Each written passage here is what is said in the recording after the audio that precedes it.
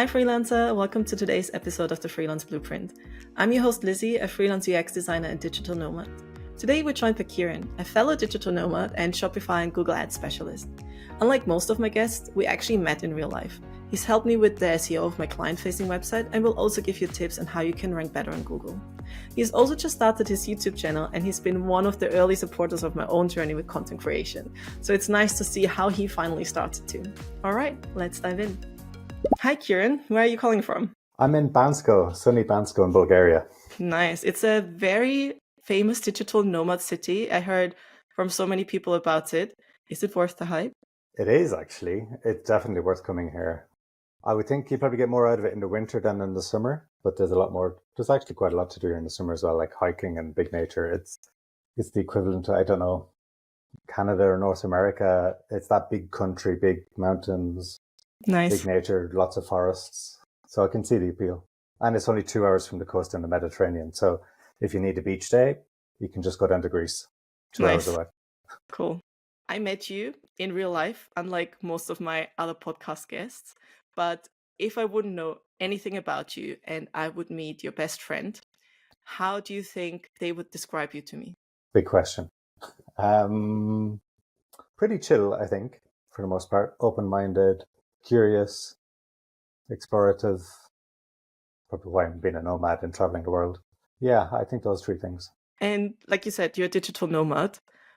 What was it for you where you decided, okay, I'm going to pack my things, I'm going to leave things behind, and I'm just going to go and do this?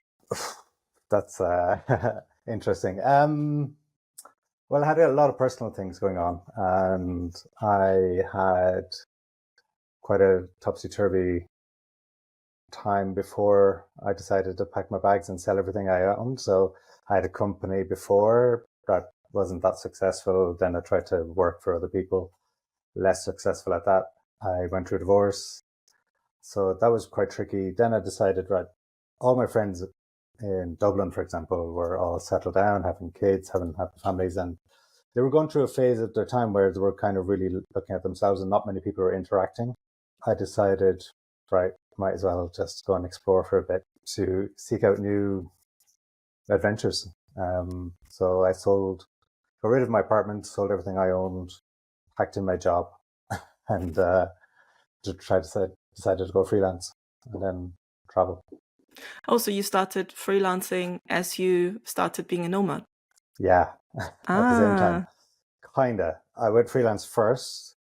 I quit my job. I don't recommend anybody do this, by the way, because I did it the worst possible way. But I quit my job and then figured it out afterwards. Okay, so how did you figure it out? How did you go from, okay, I quit the job, I quit my everything, I just go and, okay, there's this freelance thing, because there's a lot of things that you need to consider when you travel full time. I think many people are not aware that it's not just life by the beach with a cocktail and a laptop. So managing this plus starting a freelance career, because both of these life changes require a lot of new learning. So how did you tackle that? Okay, there's quite a lot in there. Well, first of all, I've extensively traveled well before I started doing this. Funny enough, I've only recently hit a new country for the first time since before I did all this nomad thing, since 2015. So very, very familiar with traveling. So that wasn't an issue. That wasn't really scary for me at all. I know it can be for some, but it wasn't for me. So working anywhere with a laptop is quite familiar to me, or was familiar to me. If I had to do that, leave the trade show booth, work in a cafe, do a meeting or something like that. You learn to be adaptable and flexible pretty quickly, like work in hotel rooms. So that wasn't a problem. The big problem I had was trying to figure out what I was going to do to earn money. And what I did was I built a website for my own company before, built an e-commerce store with Shopify. I made some good money with that. That was a successful part of my previous company. So I decided, well, if I can do it for myself, I can do it for other people. So what I did was one weekend I went home after work, created a brief website for myself to just announce my services, and then handed in my notice on Monday. Nice. And then reached out to my network looking for work, and it wasn't that very successful, to be honest. So how did you get your first freelance gig? The first one, well, when I went to all my network, they said, Ciarán, you know how to make all these products, you know how to do this, that, and the other, but what do you know about making websites? I don't know anything. I don't know you for that. So they didn't really trust me at first, especially a lot of my clients would have been big multinational, not multinationals, but multi-million companies. And they didn't really trust me with their website. So, which is fair. And I was really undervaluing my skills at the time. Trying to sell a €1,500 Shopify store to a 20 million euro company doesn't make any sense. And I didn't know that at the time. But I knew the people behind it and they gave me a chance. Just they would hear me out for sure. Luckily enough, some of them came back to me years later for work, which was good. Oh, wow. How did I get my first clients? It was mostly on job sites, like People Per Hour, Upwork, stuff like that. Tried Fiverr, didn't do anything on Fiverr. There was a few. People Per Hour was the most successful for me to get started. Okay. Like, did you have any savings or some backup back then, just in case, like a plan B? I had about 2 to 3 months of runway in terms of what I was earning in that previous company, but I made it stretch because I'd sold a lot of my stuff. I retreated to the family home first in my hometown. I think a lot of people would have done that, which is quite a big thing to do at being 37 at the time. So it feels like a retrograde step, but you just have to get over your ego, I think.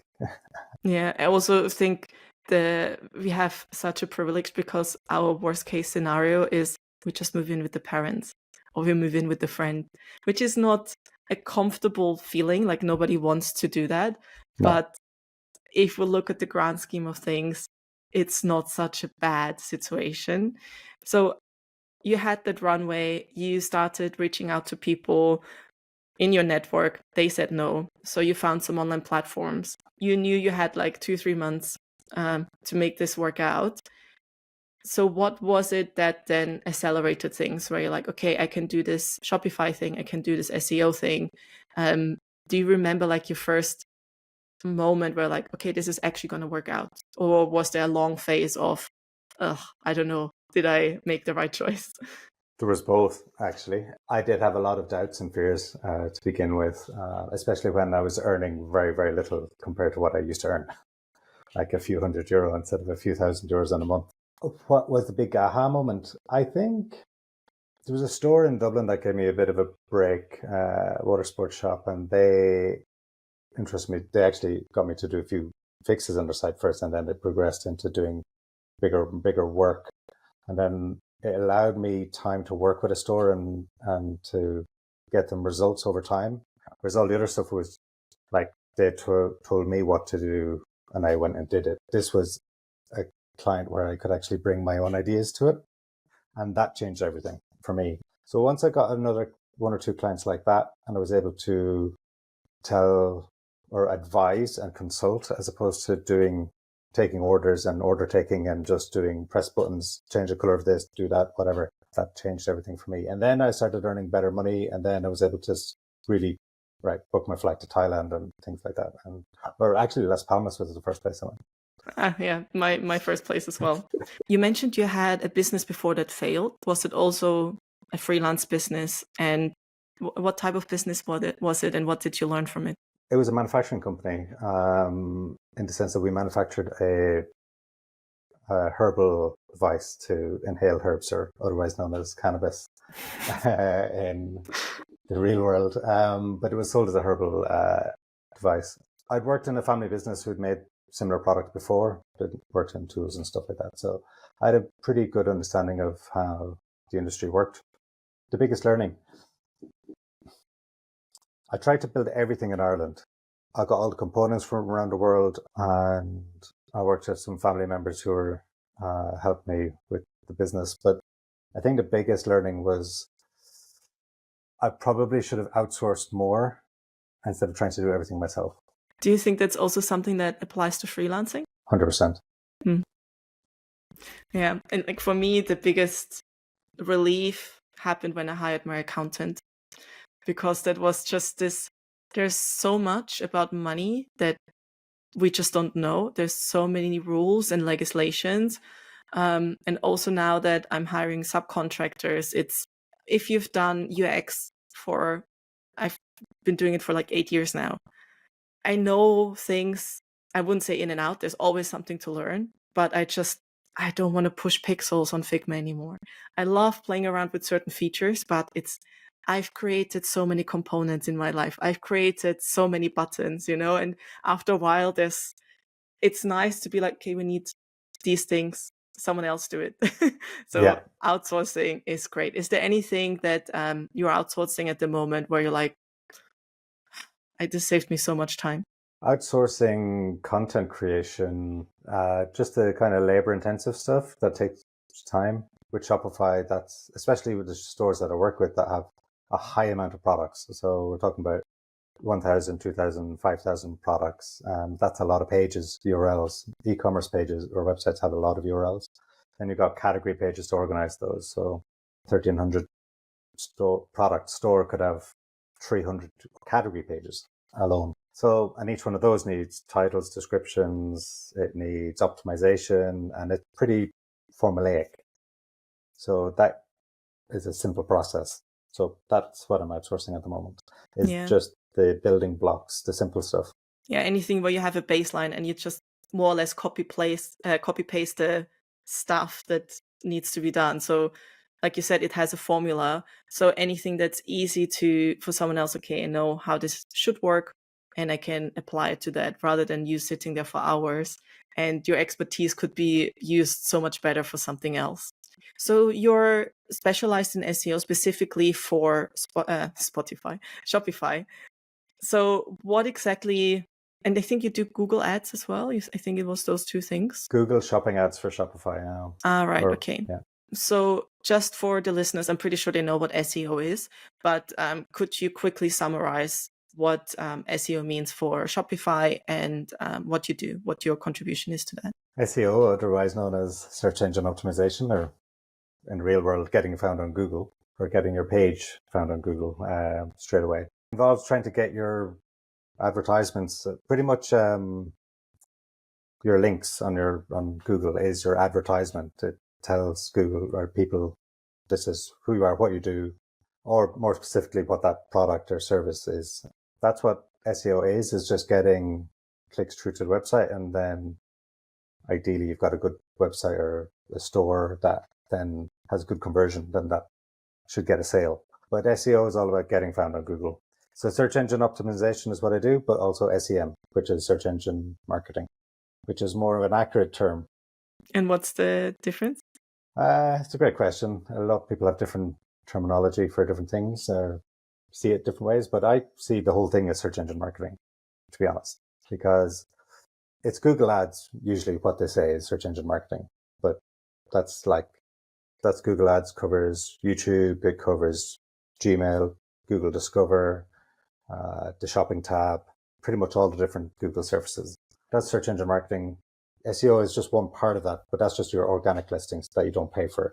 But they're getting less and less because of AI overviews coming in now. That's pushing everything further down. Ads had already pushed stuff down.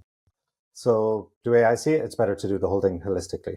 I know for the freelancers, most of them might not have a Shopify page, but can you share some general SEO tips that any freelancer could implement on their website to potentially rank higher on Google, or common mistakes that they should avoid? Don't ignore your meta titles and descriptions, because that's your free advertisement on Google. A lot of people ignore that and don't fill it in, or just use generic stuff, or even AI is a good place to start with using, like optimizing those, but handwrite them. It's only 2 lines. That's a common thing. Also, basic errors like not submitting your sitemap to Google Search Console, or I did that and you helped me with that, so thank you. But that's only like Google will find your sitemap. Don't worry if you've got one. Like every Shopify store has one, so it's not a big deal. But many hand-built stores or websites like yours might not have one. So you'd have to build one for Google to find it. So other tips with Shopify specifically, there's some unique challenges because it has its own crazy URL structure that can be quite long. So learning the skills on how to trim that down is important. And also learning keyword research is the fundamentals to everything.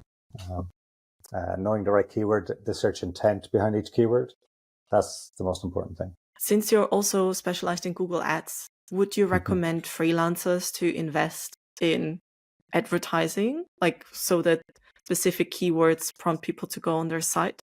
Or do you think it's not really worth the investment if you're a solopreneur freelancer, for example, but you don't get any leads through your website directly? Maybe just, for example, if someone finds your LinkedIn and then your website and then they reach out to you.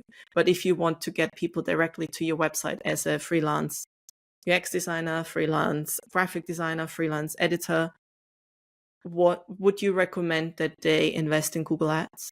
That's a tough one. In marketing in general, Google Ads can be very expensive because a lot of the big agencies have made it so expensive for a freelancer to be able to get into that space. So I would probably initially limit it to remarketing only. So only show adverts to people who've already visited your website or visited another place where you're online, like LinkedIn or social media or any other social media. I think going after social media ads is actually better for freelancers than actual Google ads, to be honest. I'm not a social media ad specialist, by the way. I haven't a clue about it, but I do know a lot of people in my space are a lot more successful at that. And nobody is successful with Google ads for getting freelance work. I do think, though, that SEO will help tremendously, though. And when you say for socials, do you mean like SEO for, I don't know, Instagram, LinkedIn, or what do you mean? No, I would recommend setting up some sort of funnel on social media to get traffic to your website. I wouldn't use Google ads. I would use meta ads. Okay, so like a funnel to, I don't know, download a free guide, like like something along those lines, you mean? Yeah, exactly. Yeah, have some right. sort of like lead magnet, as you just described, or some sort of warming up the audience, whether it's a video that stays on Instagram and you keep them on Instagram because those platforms want you to stay on their platforms. You keep them on there as long as possible until they're ready to convert. Okay. What do you do at the moment to have this funnel? Like, how does your funnel look like? I don't have one. Oh, why not? Because I haven't needed one so far. I've actually only just put up a web page about a month ago. I will actually build one. But to be honest, I'm a bit old school. I come from a sales background, so I'm doing outbound sales, outbound cold calling, which a lot of people are frightened of. But, yeah, I really dislike it. I mean, I don't mind it so much with my UX stuff itself because it's different because I've done it for a long time. I don't feel as salesy. Like I applied to a job where, not a job, but like a freelance gig when they're like, oh, we need a freelancer for 3-4 months. And then it's not really cold outreach because they already said what they need. I can help you. Let's have a chat. And then it's not a sales call because it's just a call to figure out, are we a good fit? Is it going to work for you, what I offer? And also, do I want to work with you? Whereas with cold outreach, it's, I don't even know if they need help with that. And then the conversation of, do you need help? Can I help? I find easy. But this first trying to sell them the need, that's the thing that I find tricky. How do you tackle this? Do you have tips for anyone who... Sure. Yeah, go on. Okay, so I have a pretty good process at the moment. With a big help from my sister, Jacqueline, by the way. She does a part of what we were talking about outsourcing earlier. She does a lot of what I call appointment setting. So what I've done is I've downloaded a big, huge lead list. It's very easy to find. Like BuiltWith is a good example of this. You know, if you're familiar with builtwith.com, which you can look at the technology a website is using. So you can type in any website, but they also have a database of all the websites built with that technology. So you can go in, pay a few €100 and download all the stores in Ireland that use Shopify, or all the stores in the UK that use Shopify, or France or Germany or wherever. So you do that, and then you've got hundreds of thousands of stores. Now you need to filter that because there's going to be stores that barely don't even do anything, and then stores that are multi-billion big stores. So you need to spend time trimming that down. I go after a certain sweet spot between 500,000 and 5 million is the kind of business range I work in, but some are higher than that. So you look at those, and then what Jacqueline will do is that she'll then cold call those companies, find out who it is, do the research, you know, like find out who the person is you need to talk to. But here's the beauty of it, because there's like 10,000 stores in Ireland, for example, and you whittle that down to a few hundred or 500, that's a lot to get through. I wouldn't even get through that this summer, for example. And that's just Ireland, which is a tiny country, but there's a lot of people using it. So that just means I don't need to really care whether we find a need or not on every single call. I just need to find the one person that actually has a need right now. And you just take the emotion out of it. But to get them in a bit of a hook, we do give them an example of what result we did before for another type of client that's similar to theirs. So we've helped a company go from X to Z using these, like using SEO and Google shopping ads. Is this something you're interested in talking about? The hit rate on that is about 5 to 10, and about 5 and 50, so 1 in 10. Okay. So basically you find your audience. So the way you're finding it is to buy those leads, list of people that have a Shopify website, and then you niche it down to who actually needs it, who fits in your range of audiences that you can actually help services with. So you have this 1 to 5 million scale. Then you find the right stakeholder who makes a decision on can you hire them, because I think it's even when you have a very simple support desk thing, like finding the right person that can help you is a pain. So getting to the right person who makes a decision on, okay, do we hire someone for SEO? That will be hard. And then you have those calls, but also before hopping on that call, you show them a result you've done for a previous person. So it's like, this is what you could get as well working with me. Let's discuss. Do you also get warm leads in? Like, how do you get them? 2 main ways. I get leads in through LinkedIn, and I get them in through Shopify's own partner directory. Okay. My business is registered as a Shopify partner for SEO and store bills as well, but mostly SEO and Google Ads and analytics as well. So at the moment, compared to at the beginning of your career where you said you just had to do cold outreach, now what's your ratio like with people coming in versus the cold outreach that you're doing? It's a lot of cold outreach at the moment because I've just done an extensive campaign, and I've just gone because I whittled down to actually only a couple of clients. I decided I really needed to scale that up pretty quickly, and I did it within about 3 to 4 weeks, and I had my whole calendar full of work at the moment. So good. The great thing about cold outreach is that you can scale up very rapidly, like far faster than email, far faster, like cold outreach email, far faster than inbound ever will. But they are cold leads. Like you were talking about, you had a warm lead. It's a much different conversation with a warm lead. If you have a super hot lead where they really want to work with you and they call you multiple times, that's much easier to convert. And I've had one of those a while ago as well. Yeah. Where I've actually said no to them repeatedly for a variety of different reasons, but one main reason. Yeah, I think it's quite nice though when you have someone, even if you maybe know it's not a good fit, but if you have someone who really wants to work with you, it's also good for the ego, I guess. But you also mentioned before to take out the emotion when it comes to cold calling. What do you mean by that, and how do you do it? Get over yourself. That's what I mean by that. You are going to get nervous. You are going to get cold sweats. It's a bit like doing video on YouTube for the first time, or doing anything, even freelancing for the first time. It's that nervousness that you get. Like, this is the first time me doing a podcast. I'm quite nervous doing this.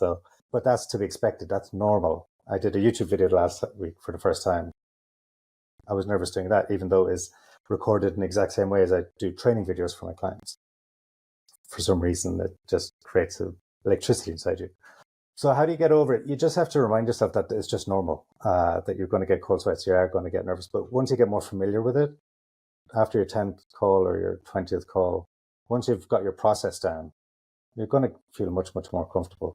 You're not even going to care and half the time you might even listen to the person at the other end of the call if they're saying, oh no, I can't get who you're looking for, or I won't give it to you. You just move on to the next one. Like, there's a million stores out there. I'm not going to get through that entire list in my lifetime. Yeah, a friend of mine, she had this challenge she did with herself, which was to get a no. So her task was to get rejected. So she had to get at least 3 no's per week. So she would just hop on the call, and then it would feel like an achievement if the person's like, no, this is not for me. And it's like, okay, I've done this. I've achieved what I wanted to achieve. And it took away the fear because she was not attached to the outcome. And then if they would say yes, it's like, oh, actually I expected a no, but actually now I have a client. So it's not that bad.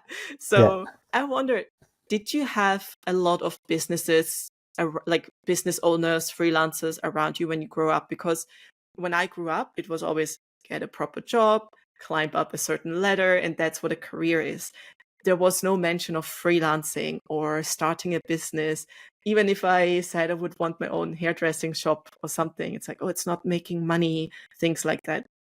And you mentioned that you have a family business, which did a I had no idea that you were in that industry. Like I'm learning a new side of you. But did you always have this growing up, that there were a lot of business people around you? Yeah, my dad. All right. He's the, I suppose, the spark and the idea of working for myself. He set up a company in my hometown in Carlow, a very successful company, manufacturing soldering irons, tools. One little invention led to a lot of different applications that grew the business, and it grew quite rapidly. So yeah, I come from that kind of mentality. And then me and my two sisters also worked in that company as well at various, like I did what I call two stints, or two tours of duty, as for military parlance, So yeah, I come from that background. We come from that kind of constantly talking about business, like around the dinner table. It was always talking about work. Now, I actually, in hindsight, think that's a bad idea. But it did create that environment for us to think entrepreneurial. And so, yeah, we all have that kind of mindset in the family. Mm-hmm. Is there anything that you feel like you wish you knew earlier, or would have maybe done a bit different based on that mind, or like any mindset shifts you have now that you didn't have when you started your career, where you feel like, oh, I wish I knew that earlier, it would have made my life so much easier? Don't know if anything would have made my life easier. I think I probably would have progressed more if I'd actually gone and worked for somebody else. Funny enough.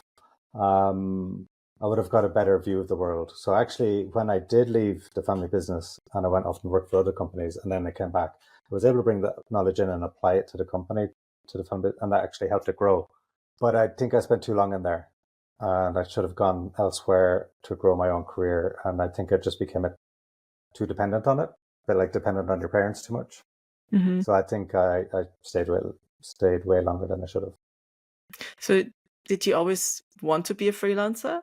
Did you ever think like, actually I want an office job, or? No, for me, it's actually, what does freelancing do for you? It's the lifestyle behind it. It wasn't always like that. When I had my own company, I'd always wanted to have a company. I wanted to be like my dad. I wanted to be like all young boys, So I wanted to have a company. I wanted to have a team around me and all this kind of stuff. That's what I wanted, and build a big company and, conquer the world. But when that failed, and then I went through a lot of the other stuff and then worked for other companies, I only got into freelancing as a means to an end, which is to go and travel the world and fund my lifestyle. That was the only reason I got into freelancing. Now that I'm coming towards turning that into an agency, it's changing again. My goal is to buy a boat and sail the world and do circumnavigation. This is to fund that. Freelancing is a means to an end. It's not everything. It's just a means of making money so I can do the things I really want to do in my life. What you said there, I find quite interesting, that it's the lifestyle, what freelancing can offer, that you simply can't get when you're employed, because they are going to tell you where you're working from. Even if they allow you to work fully remote, they are the ones deciding, or maybe you can work within Europe, or maybe you can work within this time zone, or they are the ones deciding when you're allowed to take holiday. You always have to ask for permission. So that's quite nice. And one thing for me as well, why I started freelancing, is because I wanted the freedom to decide for myself. I wanted to be able to go for, I don't know, a 3-hour long lunch break where I meet a friend for lunch, do a bit of yoga, have a chill afternoon before going back to work. And then it's on me if that means I work late, or it's on me if I start late, or if I want to start at 2 a.m., which doesn't never happen, but I can if I wanted to.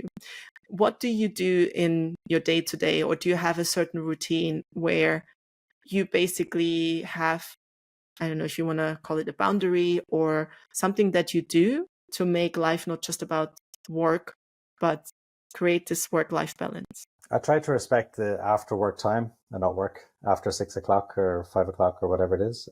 I wasn't always so good at that, even in the beginning of freelancing, but I think in the last year or two, I've gotten much better at it. So respecting that boundary and also not working at weekends. Now, sometimes I will want to work at weekend because I'll want to achieve a project or I might want to do something.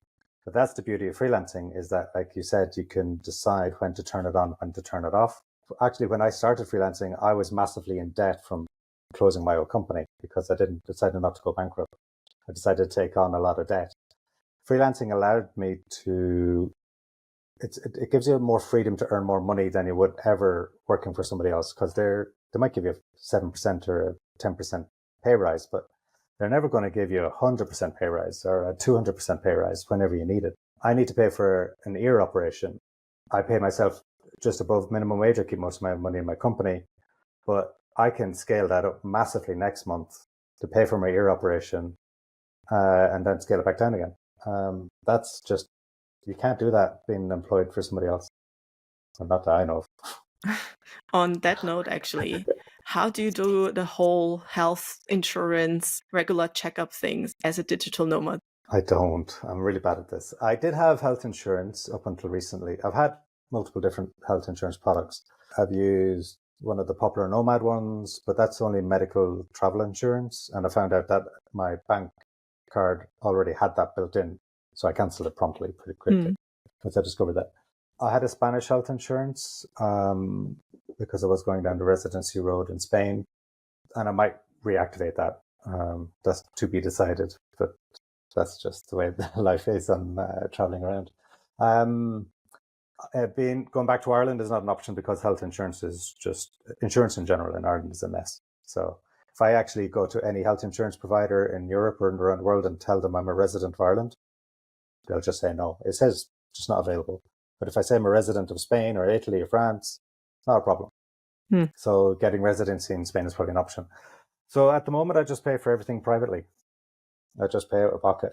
Yeah, I do the same, which is fine if you have like the regular, I don't know, teeth cleaning thing, once a year, just to, if there's something they tell you in advance, which still comes cheaper than, I guess, making a doctor's appointment once and then you have to fix a crown or whatnot. Like I had so many horror stories about people and their teeth. So like for me, that's probably the biggest money sucker in health. But of course, if it's like a small here and there, most of the insurances don't even cover it until you have like a minimum spend of 100, 200 pounds or euros. So it's not really worth it having those insurances. But of course, they play with your fear that something big happens if you have a big operation abroad. So for that, it's always like, okay, yeah, get insurance just in case. Well, the advantage of being an EU citizen is that you got the what we call a blue card in Ireland, but it's called European Health Insurance Card, I think it's called. Yeah. So being able to use that anywhere in the EU and just walk into a hospital for an emergency or dealing with anything that's urgent. Like I've relied on it a few times and it's been fantastic. So using the public health service in France or Spain, Portugal even, I've used, not a problem. And that's been my default. That's what I use mostly. But if at the moment now, next month, I'm getting an ear operation in South Africa and I'm paying that out of pocket, and that's going to be €3,500, which is still cheaper than doing it in Europe if I was to pay privately. You mentioned your sales background. So did you do sales at your dad's company or? Yeah, because for me, sales is such a cringy thing. And I have all of these, like I listen to a lot of podcasts or read blogs. And it's always like, think of helping them. Don't think of selling to them. But it's still like I'm asking for someone's time when I don't even know if that's what they want, even though I feel like I can help them. But this initial, okay, I need to like knock on your door. Like that's the thing that I find icky. Once the door is open and we talk, fine. But this knocking on the door. So do you have any tips for people, freelance specifically? Like I said, getting over yourself. But I think you got to know that a lot of people do want to be helped and are waiting for somebody to actually knock on their door. So like I've had a client recently who said, yes, we are looking for something. We're actively looking for somebody to help us with our Shopify store. And this is actually the list of things we need. So they actually were well prepared. So we just found that right person at the right time. Now, whether it's actually an active discussion at the moment, so whether to get the client or not is irrelevant, but it just goes to show that there's a lot of people out there that definitely need your services. You just need to go looking for it. It's an old friend of mine in LA had this expression that I've got a wheelbarrow, I'm just going to go around picking up all the money that's lying around the place. So it kind of reminds me of that. Like, you just have to go out there and do it. If you want to really practice knocking on doors, is actually to physically knock on doors, which is what I have done, and that's for a charity organization, and that will get over your fear pretty quickly.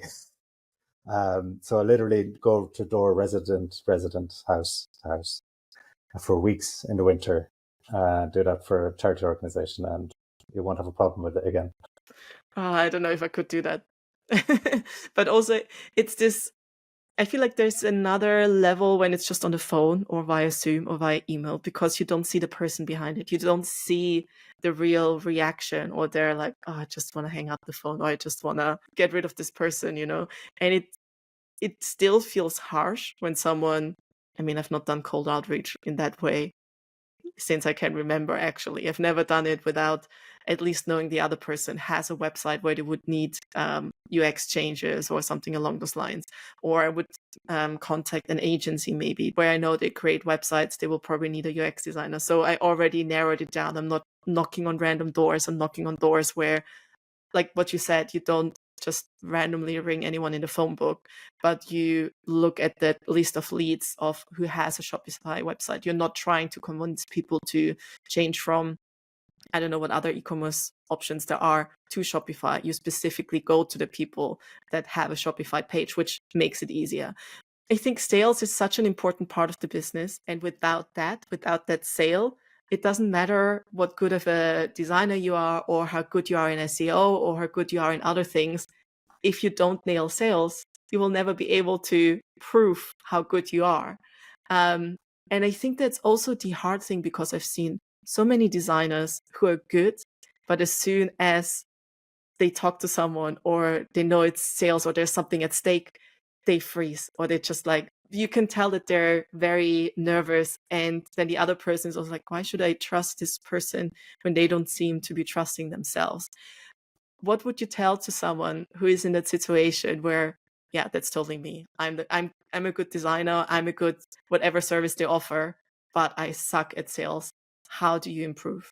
Well, I think you need to understand your value, but I think ultimately you need to know who the audience is that you're going after, because that makes it so much easier.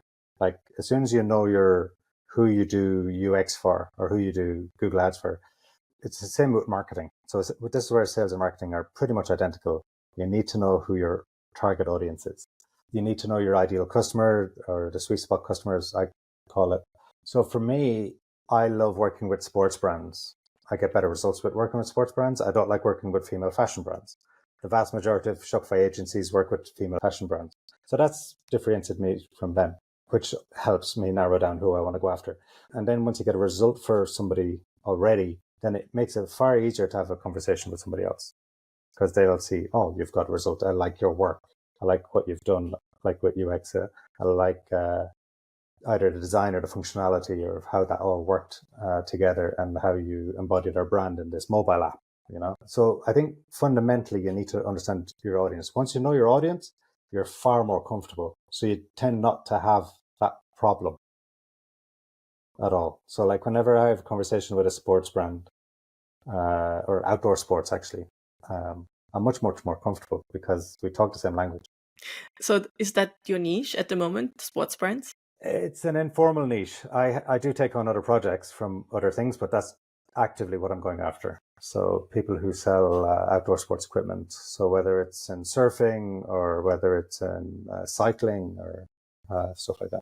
Mm-hmm. Did you always know that was your niche, or how did you find it? I'm actually enjoying those activities, so it kind of naturally gravitated towards them. Another niche I would go after, though, I would be a bit more intentional about where the money is. So outdoor furniture, lots of money in that niche, because they're big ticket items and people love to decorate their houses. So I'd probably go after that market. But at the moment, I'm busy going through that list of outdoor sports brands and sports brands in general. And people love doing activities, getting outdoors. So it's an easy one to work with. Yeah, especially if you yourself has a passion for it. I'm just thinking, what else can I ask you? I find it actually much harder to talk to people that I know, because I already know stuff. Okay. Yeah. But when, like, I don't know, it's like, oh, tell me about this, tell me about that. But I know so many things about you already. Yeah, the only other thing I could advise on sales is that first thing that you're talking about, getting over the first hurdle, that's only the start of it. Real sales happens in the long-term relationship with that client, because you can sell a client on a, I don't know, €5,000 project or 10,000 or 20,000, whatever it is. But it's the lifetime value of the customer, as they call it in e-commerce. It also applies to freelancing. So keeping that client on for longer and longer and longer, like what other value can you bring to them? How can you enhance that project? Can you upskill and bring those skills back to the project? Which I've done as well. So I've gone broad and I've gone deep. The other thing that I hear a lot is that it's not about the sales conversation itself, that sales is like a whole journey. It's from the first contact, they come across you, you come across them, also while you're working with them. Because at any time they could say, actually, no, it's not what we think. And they can come back, especially if you have an add-on service. So I assume you will clean up their SEO, but then also you will probably try and maintain it. So that's another service where you potentially get them on a retainer. And then also you can amplify it by just asking them for a testimonial, or ask them if they know anyone who needs a similar service, because we all know people who are similar to us or who do similar things. So if you'd ask me for a UX designer, I can tell you so many people. If I would ask you for an SEO expert, I'm pretty sure you know a lot of people because you're in that field. So your clients will know other people who do similar things to them, who could benefit from the service that you do. So just asking for referrals is a great way. Also, then it's kind of a warm lead already. You're no longer knocking on the door. They already expect you to go there.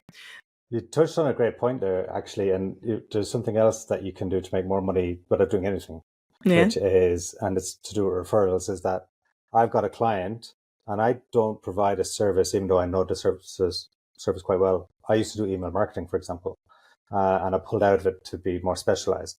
But I know other email marketing specialists. So whenever I get on a new client, I've got a partnership agreement with another email marketing person to bring them in later on in the project, which would come up in the beginning of the discovery call, like, what other marketing activities are you doing? Right, you're not doing email, you're doing really good on social, your SEO is not great, you're doing a bit of Google Ads, but your email marketing is non-existent. And they're like, okay, you can increase your sales, your business e-commerce sales by 30% by bringing in email marketing. I'm not going to do that for you, but I know somebody over here, this other freelancer that works really well with Klaviyo email marketing for Shopify. And I've got a deal with her that I'll earn 5% on her retainer over the next 6 months or a year. And you can do that for other people like with Shopify, there's about 6 or 7 different marketing channels. You've got TikTok, you've got Meta ads, you've got LinkedIn in some cases. And once you've worked with a partner in one of those and you bring them into a project, or they bring you into a project, you're just going to increase your overall value and your own worth, and you're going to make money without doing anything. You're basically getting commission for referring someone to them that they are looking for, and it's a win-win. The client gets more out of it, because email marketing is, I think people keep forgetting how valuable that is. I used to work in this digital agency that just did email marketing for TalkTalk.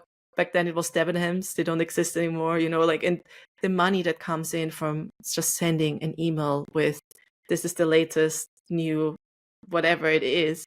Yeah. So much money coming in from an email. So if they start to invest that, there's so much return of investment. The freelancer you're hiring gets something out of it because they have a new client, they make money out of it. You get something out of it, and it's a win-win-win.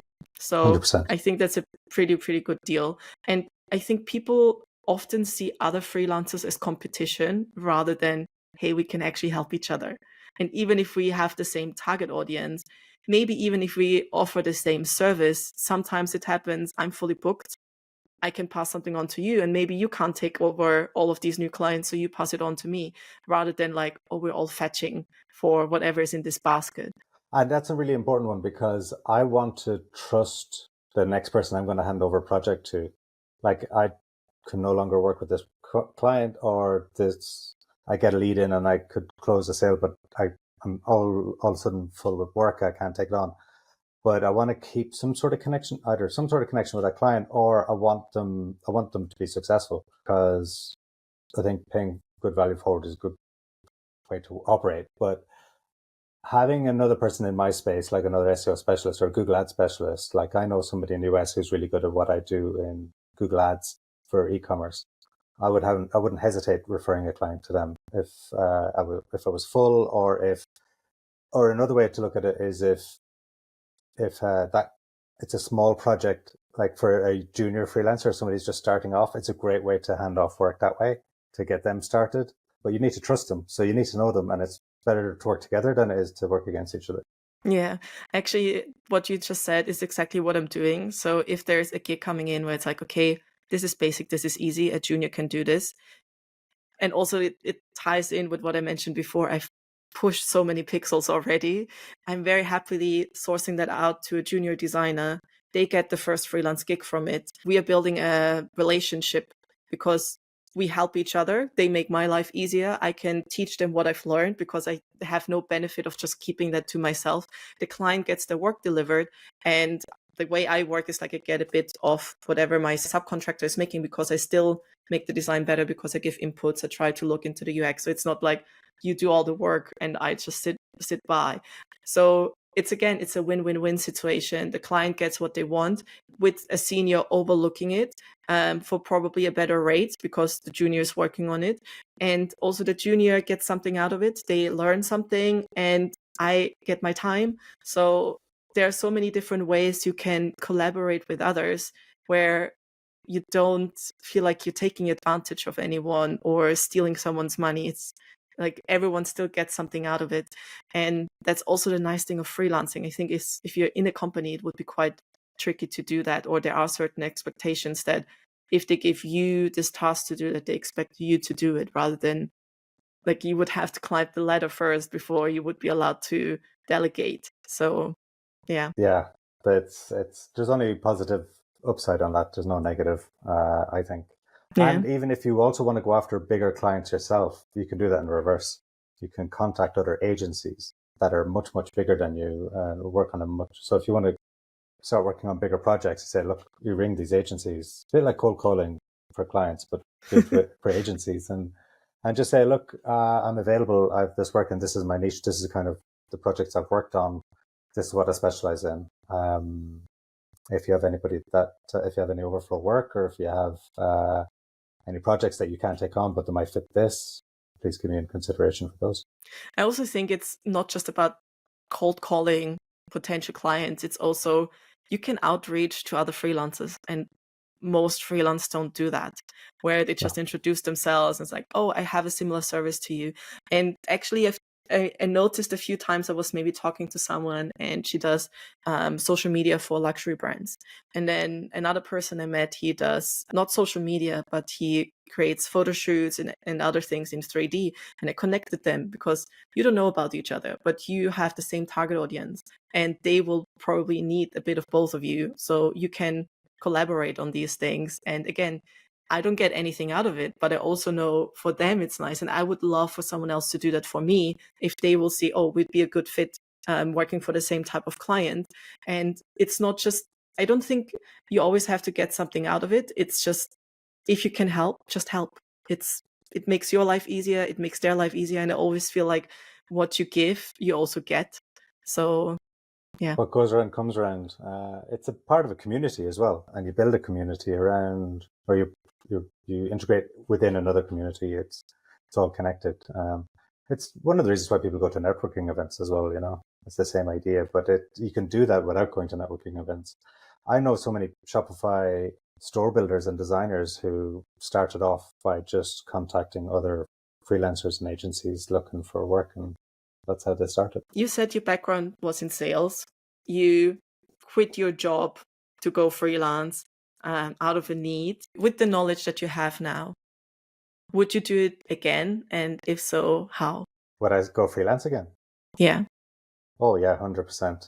I'd recommend freelancing to anybody, especially if they want to if they're independently minded, that they want to go off and do things themselves and they feel stuck in a job. But how would I do it? Would I do things differently? I'd actually would have cold called a lot more. Funny enough. No, but I think the biggest thing that held me back the longest in freelancing was not picking a niche and sticking to it. I tried too many different things. Like I started off with Shopify store builds, then I went into email marketing, and I thought that's the next big shiny object.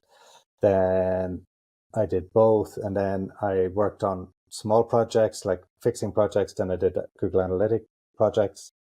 I did lots of different things before I settled down on just doing SEO and Google Ads. And I still do email marketing for one or two clients, but they're long-term retainer clients. I'm not offering that to anybody else. Mm. So the main advice is what I would do is I'd stick to one thing. Like, did you start with UX and only stay in UX? Did you change anything? I got into UX by accident. I did not even know what it was, and I was doing it. And then when I started freelancing, I wanted to freelance. I didn't really care so much what I offered, but because I was already a UX designer, I did that. And the thing is, I don't really have a niche. Like, I design apps, I design websites, I design B2B software, just desktop-based applications. I don't really have a niche per se. So I never sat down and made a plan on this is what I'm going to do with my freelance career. I just applied for all the things I could find on LinkedIn that said freelance and went from there. And here you are. Here I am. Yeah. Very good. That's Having a great way podcast to do it as that well. has nothing to do with UX, but yeah. Yeah, no, that's a great way to do it too. Like, I don't think there's a million different ways of doing this. I mean, there's no massively right way or wrong way. For me, as long as it builds the lifestyle that you want. Like, I see currently what I'm doing is limiting where I want to go. So I will have to change something. Introducing consulting as opposed to doing like done with you projects as opposed to done for you projects, like what you're talking about a little bit with outsourcing. But doing that for clients is going to allow me more time, still solve bigger problems, like major tax headaches with Shopify in Ireland and Northern Ireland and Brexit and all that. I won't bore you with the details, but Shopify haven't figured that out yet, 3 years later. So solving those big problems, and that's not necessarily an SEO problem, but it's a lot of problems that a lot of Shopify stores in Ireland want to solve. So doing that, I need to buy more time. So that's why I want to do YouTube as well. That's why I want to transition to doing other things. But freelancing is probably one of the best things you can do to get started, to have an independent life, to get to do what you want, to earn almost infinite income. I mean, you can earn whatever you want really with this, like save up for a house, buy a boat, whatever. Yeah, we talked about this in the past when I remember we were in Las Palmas and I was like, I'm doing this Instagram stuff and I don't know what I'm doing. And it's like I post my picture of my face and it's so weird. I feel as cringy about it still today as I do with sales, even though I've done that as part of freelancing for so long and I've been working on my online presence for maybe almost 2 years now. I'm on and off, so it's quite interesting for me to see your journey because we talked about it back then and you just launched your first YouTube video.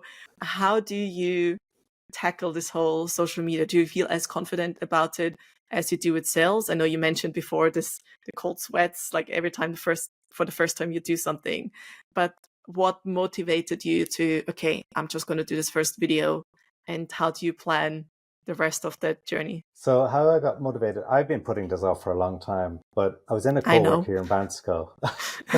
I know. I was in a co-work here in Bansko and I met this guy, Daniel Kovacs. He does, he has a YouTube channel as well. He does, his niche, I think, is to do with DaVinci Resolve and on an iPad or something. And he's very passionate about YouTube. And he'd already talked to another guy about helping him get his YouTube channel off the ground to do sound and audio and stuff. So we were just sitting across from each other and he just goes on his notepad and just puts up while I'm working on my screen and says, I'll be your first subscriber. And I'm like, fuck, I better fucking just do this. Sorry, I shouldn't be swearing on this. But, that's fine. I should do this straight away. I need to do this. I have to do this. I put it off for too long. And then within the next hour, I did it and I had it uploaded and I had a thumbnail created and everything. It's very short. It's only a small thing and the sound is horrible. It's getting started. And it also brought me back to remembering when you first started and one or two other people I know. But yours was amazing, and seeing the No, progression of where you've come from and where you are now, and highly inspirational. So you're definitely up there, one of my I'm blushing. inspired. You're a true inspiration. Well, that's why it's so interesting for me to see your journey, because we were talking about it at the same time. And even though now I'm way more confident, also almost not comfortable, but I'm gonna get over with it. Like the other day I was on a train, and it wasn't a very busy train, but I placed my camera there, and I saw that the guy who does the ticket, he gave me like a weird look. And I'm like, yeah, maybe it's like, these people, But at the same time, if I don't do it, it's just a quick video on the train. Who cares? I'm not even putting a massive, how do you call this, selfie stick or something somewhere. I basically just leaned it against my back, and I don't even know if I'm going to use this footage or not. I don't know if anyone is going to see that, but also I'm very unlikely going to see this train clerk again. And why do I care what he thinks about me? Maybe he's also, I don't even know what he thinks, I'm thinking that he's thinking, oh my God, these people.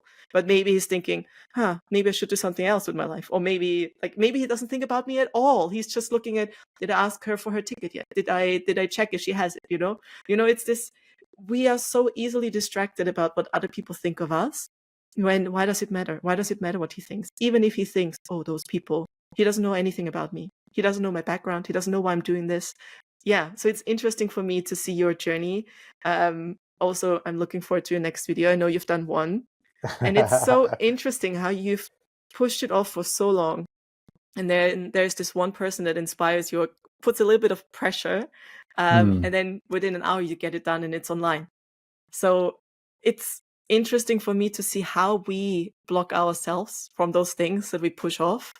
Yeah. Well, we had that conversation. Like he was saying, why hadn't you done it so far? And I came up with all these blocks, and it was just a freaking excuses. It was just ridiculous amount of layers of building up this wall in front of me, this moat to stop me from doing it. And I'm like, yeah, it's stupid. For me, it was all about, I need to have a great microphone. I need to have all this other stuff. And he said, no, like just to get started. I mean, and I think it's the same with freelancing as well. Like just use what you've got.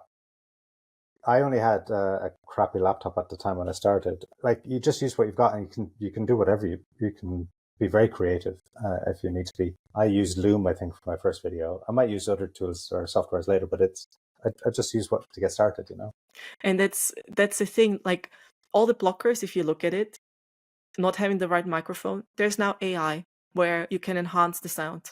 And if you look at my first podcast episode that I did with Nate, and it's nice because I just saw him last weekend, the first episode we filmed in this very echoey room, and it's such a pain to listen to. You just start, and I think for me, what I learned, it's not about the outcome. The first thing to do is to get into the habit. Get into the habit of filming. Get into the habit of talking in front of the camera. And you don't have to publish any of this, but get into the habit of creating something, and then everything else will become so much easier.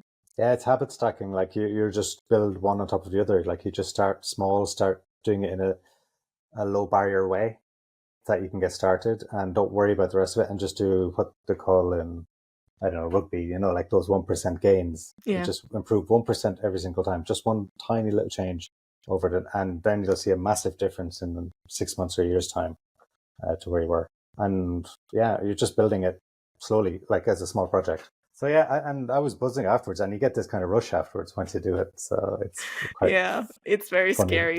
But then also, and I talked with a recent guest about this, Eva, and the first time you do this, it's like, oh my God, people are going to see my face. People are going to see my face. And then the mindset shift from only 100 people saw my stories. Why am I even doing this? And it's interesting, and it's such a personal growth as well to just do this. And then when this thing that you were so scared of becomes, it's just another thing you do, you're less scared of all the other hurdles that come along your way, and you realize most of the fears we have, it's just what we put in our head. Because honestly, like this train clerk, why do you even care what he thinks? And he might not have thought anything negative. And it's so weird how we stop ourselves from achieving what we want to achieve sometimes. yeah, everybody's their own biggest competitor to stop them from progressing. Yeah.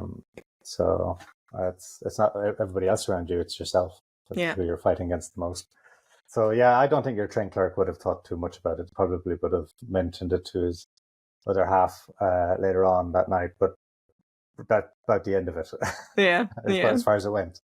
You know, even then, if you think about it yourself, like, are you that observant about all the people around you on a train or in a public space? Actually, it's funny. On the train, there was a girl in front of me, and I saw her sing to herself. I think she was doing one of those TikTok lip syncing things. And I was looking at her, and my first thought was like, these people. And then I was like, I'm one of these people. I'm not singing on TikTok. I'm not lip syncing stuff, but I'm one of these people. And I'm like, honestly, she can do whatever she wants. She's not harming me. She's not harming anyone. She's just on the train lip syncing into the camera. And I think often when we think other people think that, we are the ones who think that. We also pay unnecessary attention to others. And I was like, oh, good for you. You have free time on the train. Just do whatever makes you happy, you know?